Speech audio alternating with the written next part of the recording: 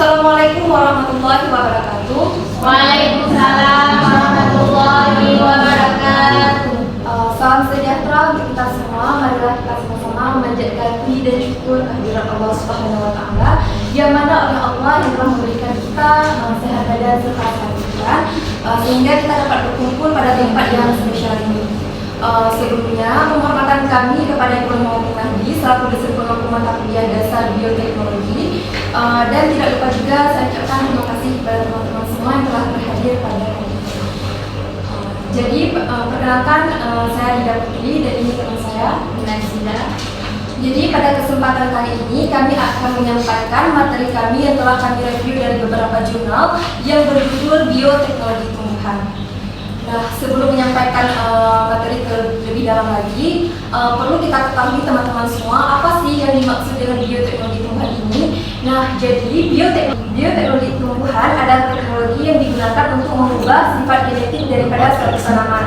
Nah, teman-teman semua, tujuan daripada bioteknologi ini adalah agar para ilmuwan bisa menciptakan tanaman-tanaman yang baru. Nah, untuk selanjutnya pengertian daripada bioteknologi tumbuhan. Bioteknologi tumbuhan adalah teknologi yang memanfaatkan perubahan genetik suatu tumbuhan yang mana bertujuan untuk meningkatkan produktivitas, kualitas, daya tahan, dan juga keamanannya. Bioteknologi tumbuhan merupakan perkembangan teknologi dalam bidang ilmu biologi yang mana menggunakan beberapa metode. Yang pertama, metode molekuler, kemudian ada metode genetika, kemudian ada juga metode biokimia, kemudian ada juga metode teknik kultur jaringan, dan yang terakhir ada metode bioinformatika. Yang mana pernyataan ini dikutip dari Enang et al. Pada tahun 2023. Seperti yang telah saya jelaskan tadi, bahwa bioteknologi tumbuhan ini mencakup beberapa metode, salah satunya adalah teknik kultur jaringan. Nah, untuk selanjutnya ada teknik kultur jaringan tumbuhan, di mana kultur jaringan tumbuhan ini merupakan teknik budidaya tumbuhan secara vegetatif dengan cara mengisolasi bagian tanaman seperti daun, mata tunas, sel, protoplas, kemudian sel yang sudah, kemudian bagian tanaman yang sudah diisolasi tadi ditumbuhkanlah bagian-bagian tersebut ke dalam media buatan yang kaya nutrisi dan juga zat penting. Nah, untuk selanjutnya ada contoh kultur jaringan tumbuhan pada tanaman wortel. Yang pertama yang perlu kita siapkan ialah jenis bahan tanaman yang akan kita kultur. Pada contoh di sini ada tanaman wortel, sepotong wortel, kemudian dipotong melintang, kemudian diambil salah satu bagian wortel yang telah dipotong itu, diambillah selnya, kemudian sel yang telah diambil tersebut dimasukkan ke dalam cawan petri.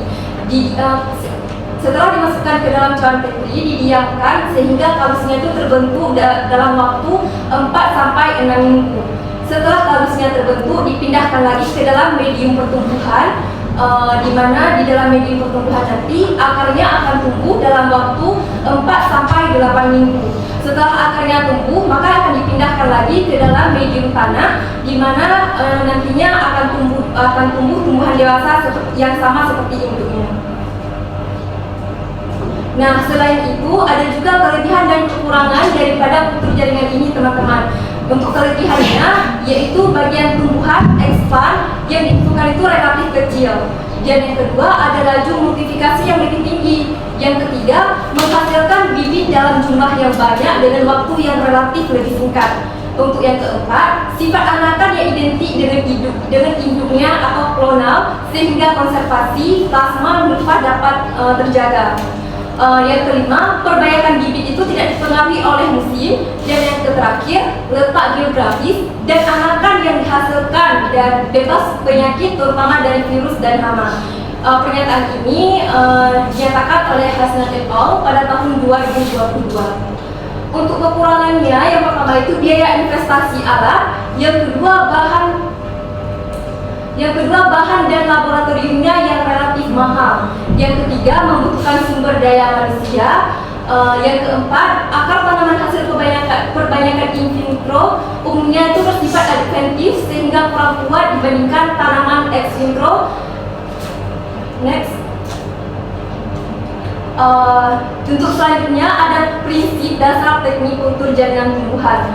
Nah, teknik kultur jaringan tumbuhan didasari oleh teori sel yang dinyatakan oleh Sheldon dan Swan pada tahun 1838, yang mana bahwasanya sel tumbuhan itu bersifat autonom. Bersifat autonom yang dimaksud ini ialah kemampuan sel yang dapat mengatur kehidupannya sendiri, yang mana kemudian diperkuat lagi oleh Herbert Lane pada tahun 1902 yang menyatakan bahwa sel tanaman ini bersifat totipotent, yang mana memiliki arti mampu tumbuh menjadi tanaman yang lengkap yang sama seperti induknya nanti. Sehingga apabila ditanam pada medium tumbuh di lingkungan yang sesuai, maka sel tersebut akan berkembang dan menjadi tanaman yang baru. Nah, untuk selanjutnya ada prospek tanaman transgenik di dalam pengelolaan hama terpadu. Tanaman transgenik memiliki potensi untuk menjadi komponen integral daripada IPM karena memiliki beberapa peluang untuk menghindari risiko terjadinya peledakan hama sekunder dan resistensi hama dengan memasukkan tanaman refugia. Tanaman refugia yang dimaksud di sini adalah tanaman yang nantinya akan mencegah terjadinya hama daripada tanaman transgenik. Peledakan hama sekunder dapat dihindari. Peledakan hama sekunder dapat dihindari karena tanaman transgenik mengendalikan hama secara spesifik. Nah, untuk selanjutnya ada juga keunggulan serta kekurangan daripada tanaman transgenik. Untuk keunggulannya yaitu efektif mengendalikan hama sasaran dan pengurangan kehilangan hasil. Kemudian ada juga penurunan penggunaan pestisida kimia dan juga penurunan biaya pengendalian. Ada juga pengendalian hama secara selektif, kemudian penurunan populasi hama di dalam area yang luas. Untuk kekurangannya yaitu resistensi hama terhadap toksin, kemudian pengaruh tanaman transgenik terhadap organisme yang bukan sasaran, kemudian pengurangan keanekaragaman hayati serta variasi hasil dan kepekaan terhadap jenis hama yang lain. Penjelasan ini dikutip dari Untung pada tahun 2006.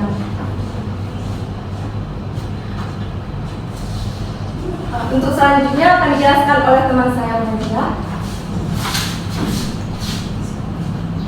Baik, selanjutnya ada pengaruh tanaman transgenik terhadap serangga sasaran. Tanaman transgenik ini dapat menyebabkan kematian beberapa hama golongan yaitu Lepidodora atau kupu-kupu dan ngengat, dan juga dapat menyebabkan resistensi pada hama-hama tertentu. Pada kasus-kasus ini tertentu meskipun transgenik atau gen yang diintroduksi ke tanaman telah terekspresi pada level yang tinggi pada tanaman transgenik, namun keberadaannya belum mampu menghambat pertumbuhan hama target. Selanjutnya ada pengaruh tanaman transgenik terhadap musuh alami. Pengaruh langsung dari tanaman transgenik ini apabila musuh alami memakan nektar dari tanaman transgenik. Sedangkan pengaruh tidak langsung dari tanaman transgenik ini apabila musuh alami memparasit atau memakan hama yang hidup pada tanaman transgenik.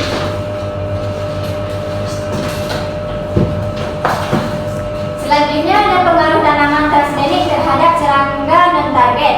Keberadaannya itu tanaman transgenik ini tidak dapat hanya memberikan pengaruh kepada hama sasaran maupun musuh alami, tetapi juga memberikan pengaruh kepada serangga non-target atau bukan sasaran. Dampak terhadap lingkungan dari tanaman transgenik ini akan sampai ke lingkungan seperti jagung. Transgenik memberikan efek racun bagi populasi kupu-kupu monark atau Danoplecipus. Selanjutnya, pengaruh tanaman transgenik terhadap lingkungan. Tanaman transgenik ini memberikan pengaruh buruk bagi lingkungan yang terjadi polusi gen.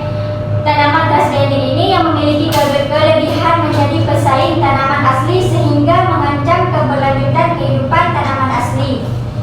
Tanaman transgenik ini yang langsung dilepas ke alam berpotensi terjadi pertukaran gen dengan tanaman asli melalui penyebaran serbuk sari sehingga menyebabkan terjadi penularan sifat termutasi pada tanaman non-transgenik. Selanjutnya, pengaruh tanaman transgenik terhadap kesehatan. Pangan hasil rekayasa genetika diduga menjadi penyebab berbagai penyakit dengan asumsi bahwa gen asing mungkin mengubah nilai gizi makanan dengan cara tak terduga, baik yang mengurangi atau meningkatkan beberapa gizi dan nutrisi lain. Faktor yang perlu diperhatikan dari minimnya informasi tersebut adalah penggunaan produk makanan dari rekayasa genetika harus berhati-hati. Kesimpulannya yaitu bioteknologi tumbuhan adalah teknologi yang memanfaatkan perubahan genetik suatu tumbuhan yang bertujuan untuk meningkatkan produktivitas, kualitas, dan daya tahan dan keamanannya. Bioteknologi tumbuhan merupakan perkembangan teknologi dalam bidang ilmu biologi yang menggunakan metode secara molekuler, genetika, biokimia, teknik kultur jaringan, dan bioinformatika. Sedangkan tanaman transgenic ini memiliki potensi untuk menjadi komponen integral dari IPM karena memiliki beberapa peluang untuk menghindari risiko terjadinya pelindakan hama sekunder dan resistensi hama dengan memasukkan tanaman refugia. Pelindakan hama sekunder dapat dihindari karena tanaman transgenik mengendalikan hama secara spesifik. Baik teman-teman semua, dari pembahasan materi yang telah kami sampaikan, tentunya banyak sekali hal-hal yang perlu kita diskusikan secara sama-sama. Maka dari itu kami membukakan sesi tanya jawab kepada teman-teman kami persilakan. Assalamualaikum warahmatullahi wabarakatuh. Saya Aulia Azmi ingin memberikan pertanyaan kepada kelompok 5 yang mana pertanyaannya tadi kalian sempat menjelaskan tentang pengaruh tanaman tersendiri terhadap usaha. Jadi pertanyaan saya apa contoh dari musuh alami yang dimaksud di sini seperti apa?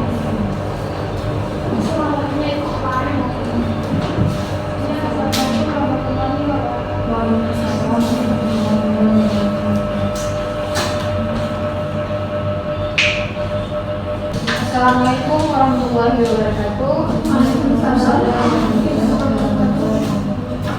Baik, saya ingin bertanya kepada kelompok 6. Yang pertanyaannya, apakah tanaman transgenik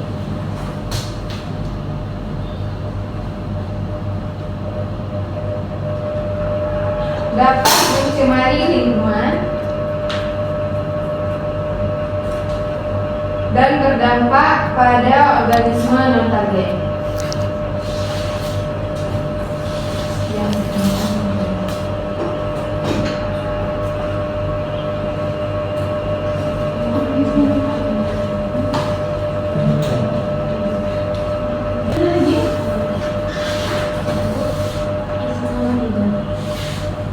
Assalamualaikum warahmatullahi wabarakatuh. Saya ingin bertanya, sebutkan apa saja tahapan yang dilakukan dalam pelaksanaan kultur jaringan pariwisata. Apa saja? Sebutkan apa saja tahapan dalam kultur yang dilakukan dalam pelaksanaan kultur jaringan.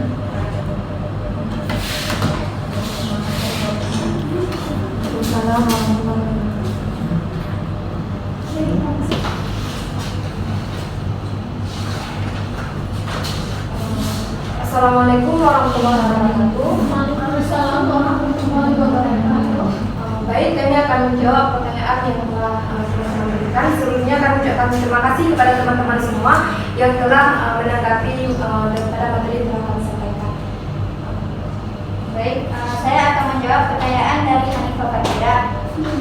Yang pertanyaannya, apakah tanaman transgenik dapat mencemari lingkungan dan berdampak pada organisme non-target? Jawabannya yaitu iya, tanaman transgenik ini memberikan pengaruh buruk bagi lingkungan, yaitu terjadinya polusi gen. Tanaman itu memiliki kelebihan menjadi pesaing tanaman asli sehingga mengancam keberlanjutan kehidupan tanaman asli. Ada yang ditambahkan? Baik, untuk soal berikutnya yang ditanyakan oleh Aulia Azmi, yang mana pertanyaannya adalah contoh musuh alami pada tanaman transgenik. Jadi sebelumnya musuh alami yang dimaksud pada tanaman transgenik ini ialah serangga yang akan menyerang hama pada tanaman transgenik. Contohnya itu seperti serangga predator. Serangga predator ini adalah jenis serangga yang akan menyerang hama secara langsung. Jadi serangga predator ini seperti capung, laba-laba pemburu, dan juga kembang tanah. Bagaimana Aulia ini? Apakah bisa mengerti? Saya? Untuk soal yang terakhir dari Nurul Hikmah, yang mana soalnya beberapa tahapan dalam teknik ukur jaringan tumbuhan. Jadi teman-teman semua yang perlu kita siapkan dalam teknik ukur jaringan tumbuhan itu, yang pertama sekali ialah bagian tumbuhan atau jenis tanaman yang akan kita gunakan dalam ukur jaringan nanti. Kemudian yang kedua, tahapan sterilisasi. Tahapan sterilisasi ini adalah proses menghilangkan mikroorganisme seperti virus, bakteri, serta jamur yang ada pada bahan ataupun alat yang akan kita gunakan dalam teknik ukur jaringan nanti. Kemudian ada tahapan multifikasi, inovasi. Ada tahapan inovasi, di mana tahapan inovasi ini adalah proses penanaman bagian tumbuhan ke dalam media yang sudah steril tadi, yang sudah bebas daripada virus maupun bakteri tadi. Kemudian tahapan yang terakhir yaitu multifikasi perakaran, di mana tahapan multifikasi perakaran ini adalah proses perbanyakan akar secara massal dari tanaman yang telah berhasil kita kultur tadi. Bagaimana Hikmah? Apakah jawabannya sebenarnya? Baik, sedikit penambahan ya. Tadi kan pertanyaan Nafira tanaman transgenik ya, dia mencemari lingkungan, nggak sudah dijawab ya. Dia mencemari lingkungan karena kenapa? Dia dapat mempengaruhi penyerbukan. Ketika terjadi proses penyerbukan, itu tanaman yang asli akan bercampur serbuk sari dengan transgenik. Kemudian lagi ada nggak tadi pengaruhnya? Kalau dia hanya menyerang hama target saja, ya kan? Pertanyaannya, keberadaan tanaman transgenik ini tidak hanya memberikan pengaruh kepada hama sasaran atau hama yang ditargetkan, tetapi memberikan pengaruh kepada serangga atau hama non-target. Misalnya, tanam jagung yang hasil transgenik, ya. Jagung hasil transgenik ini dia memberikan efek racun bagi siapa? Bagi kupu-kupu jenis tertentu. Makanya dia mempengaruhi yang non-target. Tapi juga ada penelitian lain, yaitu yang hasilnya transgenik padi ya, bibit padi transgenik. Itu ada penelitian yang mengatakan bahwa dia memberikan pengaruh yang tidak signifikan terhadap hama serangga yang lain, tapi pada umumnya dia berpengaruh. Ya, jelas ya. Makanya dia dapat mencemari lingkungan. Oke, silakan ditutup. Sekian daripada presentasi kelompok kami. Kami mohon maaf sekali, banyak sekali kekurangan daripada presentasi kami. Semoga ilmu yang telah kami sampaikan bermanfaat bagi kita semua. Amin ya rabbal alamin. Wassalamualaikum warahmatullahi wabarakatuh.